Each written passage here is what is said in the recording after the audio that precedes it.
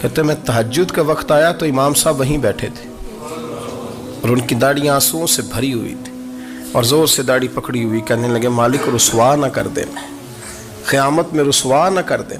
یار جو ہدایت یافتہ لوگ تھے وہ تو ڈرے ہوئے تھے، وہ تو سہمے ہوئے تھے، وہ تو کہتے تھے یہ اس کا فضل نہیں، اس نے بلا لیا ہے، یہ اس کا کرم نہیں۔ حضرت باعزید بستامی کسی کافر کو دیکھتا تو رو پڑتے، کہتے مالک تو کتنا قریب ہے، یہ بے ایمان رہ گیا، تو نے اپنے فضل سے مجھے اپنے نبی کا غلام بنا لیا۔ وہ رو پڑتے۔ یہاں تو لوگوں کا دعویٰ ہی بڑا ہے۔ نمازی اللہ خیر فرمائے وہ تو دوسروں کو گھورتا ہے، وہ کہتا ہے جنت کا میں مالک ہوں، کنجیاں میرے پاس ہیں، میں کسی اور کو گھسنے نہیں دوں گا۔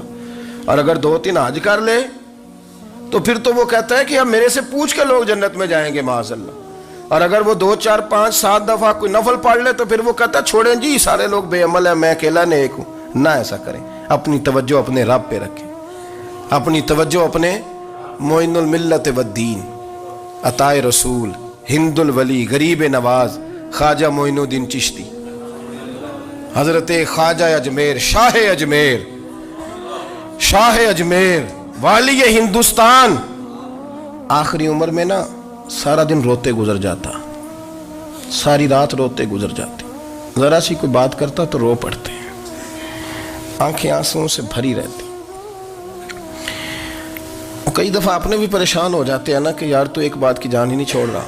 تو خواجہ قطب الدین صاحب بختیار کاکی سے لوگوں نے کہا کہ آپ مرشد سے بات کریں، اتنا بھی تو نہیں نہ رونا چاہیے، ہر وقت اس کے آنسو کی کریے، عاشق دا کام ہی رونا تونا، تبھی نہ رویو نہیں منظوری، یہ عاشق سدا ہی روندا رہندا ہے، پاویں وصل ہوئے تے پاویں دوری، ہر وقت رونے کا کیا مطلب ہے؟ تو خواجہ قطب صاحب کہتے ہیں میں قریب گیا تو میں نے پیر دبائے، میں نے کہا سونیا لوگ تو کچھ بھی نہیں کرتے، تو نے تو کمال کر دیا، 90 لاکھ آدمی مسلمان کر دیا، دنیا کچھ نہیں کرتی، تو نے 50 سال ساری رات مسلح پہ بیٹھ کے رب راضی کیا، تو شہزادہ تھا، حضور کی اولاد تھا، لیکن معین الدین تیرا ایک پلاٹ بھی نہیں، تو نے طالب علم پالے، انہیں غریبوں کو دیا، تو نے نوازا، کوئی شے نہیں تیرے پاس، ہر چیز تو نے، ساری رات روتے ہو، سارا دن روتے ہو۔ تو خواجہ قطب الدین صاحب کہتے ہیں میں نے جب عرض کیا تو خواجہ صاحب مجھے گلے لگا لیا، چیخ مار کے روئے، کہنے لگے قطب الدین پتر داڑھی سفید ہو گئی، جانے کا وقت آ گیا، جو تو نے نیکیاں گنوائی ہیں وہ ہیں صحیح میرے پاس، پر یار کی بارگاہ میں پیش کرنے کے قابل ایک بھی نہیں، ایک بھی نہیں۔ تو بارگاہ تو دیکھ کتنی بڑی ہے، رسول کریم کی بارگاہ میں پیش کرنے کے قابل ان میں سے ایک بھی نہیں، تو آستانہ دیکھ کتنا بڑا ہے، کیا پیش کروں گا، کیا عرض کروں گا حضور کی بارگاہ میں، کس طرح؟ وہ یار جو بڑے تھے وہ تو ڈرے ہوئے تھے، سہمے ہوئے تھے، وہ تو بڑی آزمائش میں تھے، لیکن میرا اور آپ کا رٹا 2 نمازیں پڑھ کے 6 نمازوں کا دعویٰ کرنا اور لمبی چوڑی کہانیاں بنانا اور اپنے منہ سے اپنی تعریفیں کرنا، اس سے تھوڑا باہر آئیں۔ رزق بھی میرا اللہ ہی دیتا ہے، علم بھی اللہ دیتا ہے، رزق بھی۔ بڑے بڑے فقیروں کو مالدار ہوتے دیکھا، بڑے بڑے مالداروں کو فقیر ہوتے دیکھا، بڑے بڑے، میرے ایک بڑا سخی قسم کا سجن ہے، بڑا پیارا ہے، میں اسے سخی مانتا ہوں، میں نے اپنی پریشانیوں کے دنوں میں بھی اس شخص کو سخی دیکھا۔ ایک دن رات کو مجھے ٹیلی فون کر کے کہنے لگا کدھر ہو؟ میں نے کہا میں گھر ہوں۔ نہیں اکثر سفر میں ہوتے ہو نا؟